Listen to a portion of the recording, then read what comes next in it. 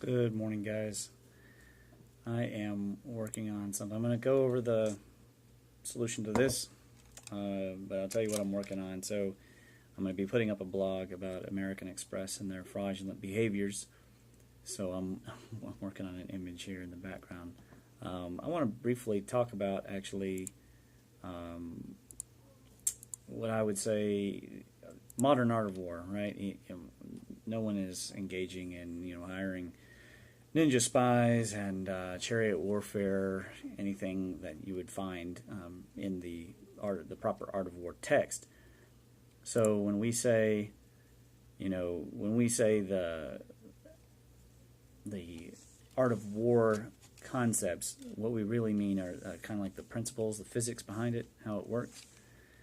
And why is it important? Well, frankly, the world's full of cheats and thieves and liars, and there's nothing more useful than an ability to stick to the opponent and protect your business, protect your family, protect whatever it is by having an advantage.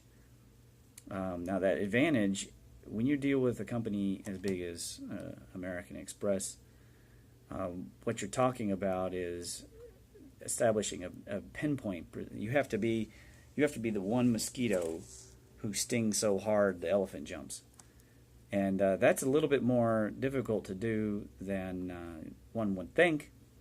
But if you understand the it's actually not too hard. And this internet that we have here gives us actually a lot of leverage to do just such a thing. So what kind of tricks do I recommend when dealing with a company? Because I've defeated a company before. I'm legally not supposed to say who it is because they begged to settle. But you understand that the principles are going to be the same because the size of the company precludes. Now, in this case, I don't intend to use Congress. I used Congress in the previous one, but that was, that was a little bit easier to do because it had to do with congressional legislation. It had to do with very obvious, documented transgressions on their part. This case is a little bit more tricky because the way these companies hide their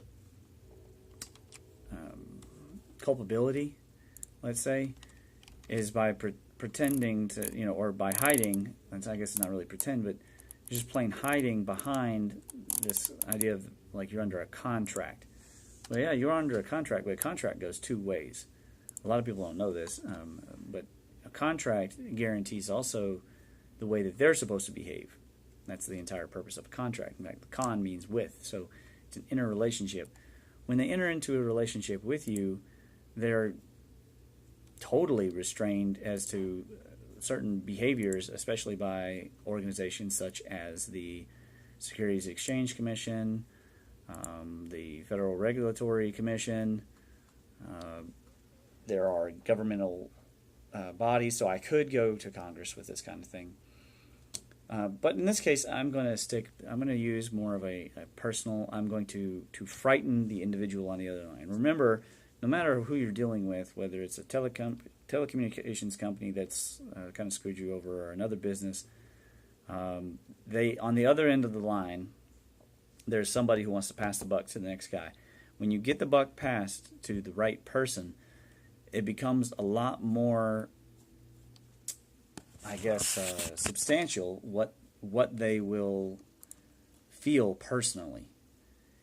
And when they start to feel it personally, they start to worry about their own job. That's when you can get what you want.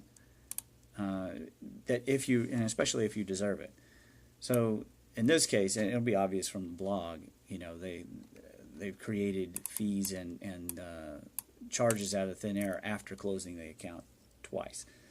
So that means that they're going to be on the hook. In fact, at this point, as I made it clear, it was funny on the phone. The guy said, I understand you wanted to speak to a higher surface representative. I said, no, I don't want to speak. I didn't ask to speak with you. Your guy passed me along because he's afraid. I'm advising you, and all I need is compliance. So that's the position I started with. which is just telling them the straight facts of what I'm expecting. And that's a different kind of position than they're probably used to. I mean, you take a strong position like that, though, you got to be willing to go the line. So here's the other side. The internet gives us all sorts of leverage through social media, news media, right? I can tweet this, and I can send this tweet to 50 news outlets if I wanted. You know, I'm only going to send it to a half dozen or so at first. And I'm going to make sure that things like this video are included in my attacks until they get the point. Now, it's not about $40, right? It's not about $40. It's about the principle of the thing. And if in this country we continue to let companies like this get away with total fraud, then we might as well just give it up. We might as well just give it up. Because this company, they're not going to just charge the second time the $40. They're going to charge interest on that. So they're going to create a new, and I pointed that out on the phone, right? They're just inventing money for themselves after the account has been closed 2 times. This is an obvious fraud, and we need to stand up for those things, you know, and against that kind of behavior. Especially if it does happen to you. And of course, I obviously am recommending, just as I am in here, don't open an account with American Express for your business. It's just not worth it. They are not willing to let you close your account. That's just the way it is. They want to keep charging you for things even when you haven't done any business with them. I haven't done business with them since May, but they just keep inventing new charges. So anyhow, when it comes to the art of war, think outside the box. Hit high, hit low, go right, go left. Borrow on others' strength. Remember what the art of war says: when you're strong, appear weak, and when you're weak, appear strong. In this case, when you're small, appear big, or appear very, very powerful. And it doesn't take much in these days to appear really powerful. Now, as promised, solution to the riddle from before. I saw a couple of good posts. I thought that they were pretty good basic stabs at the issue. First of all, let's solve one issue right away. These magnets and this battery, they're not interacting other than the magnets are there to hold the battery in place because of the vibration. All right, so the real action all has to do with this coil and the short circuit that is created. In fact, if I go ahead and short this, you'll see that it vibrates a little bit. There, you can hear it just a little bit.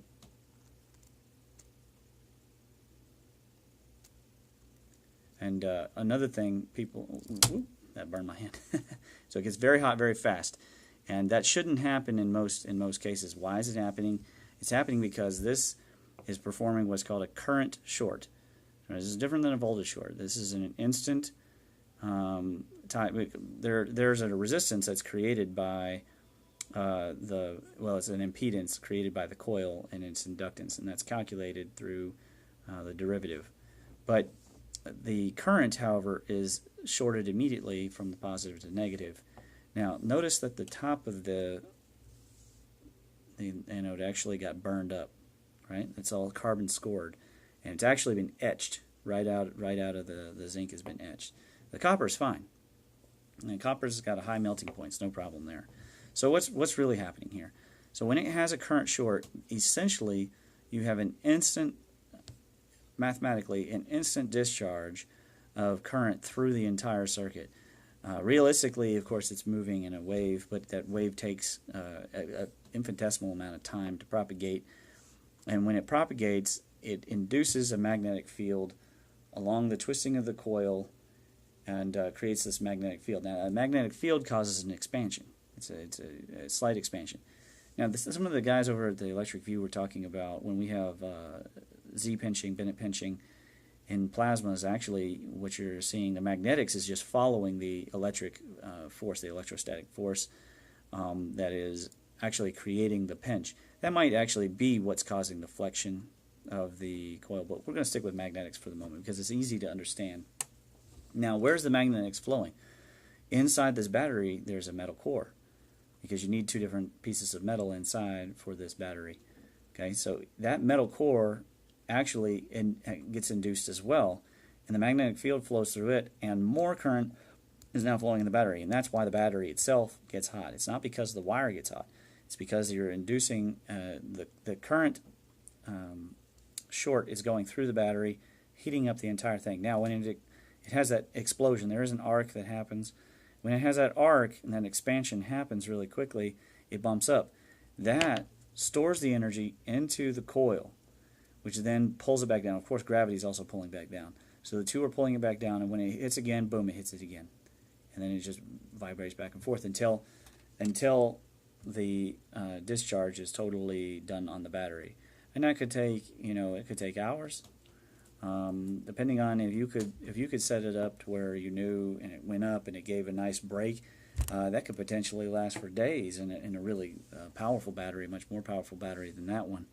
But the coil, the inductor coil, is the actual secret to this. People always focus on the battery. Every single person I've asked this, even the scientists, they say, well, it's the battery. The battery is also the victim in the short. Okay, the coil is clearly the source of the inductive phase and what's going on. Of course, the more coils that could get, this type of wire is not very good for it. But if I could get a more dense coil, I could even have more induction, and something called hysteresis would take over, where the magnetic field would not be willing to change as quickly as the bouncing. So you would be storing. So inductors store not just magnetic fields; they store current itself. So the current actually stays in the coil when the circuit is broke down. And now, because it's connecting and disconnecting quickly, what you're forming is a type of alternating current. So there you go. Despite being only two main items, right? Remember, the magnets are just holding it down, neodymium. Despite that, the circuit is actually quite complex in its explanation. So that's that video. I did record a video yesterday, a 20-minute mega video, and then that coronal hole stream, or maybe is where I installed Geekbench 4 on this phone. It got totally worn out, so I'm going to try and download that video and wait for the right moment to share that again, because it had certain current news, current affairs kind of information in it, and it was a 20-minute video. So anyways, we'll try and get that. If you like what you see here and or agree about fraudulent companies, whether they're credit card companies or other kind of companies, like, share, subscribe, and please let people know, friends, family, businesses, don't do business with American Express, because they are very skeevy. Very skeevy. And I'll see you next time.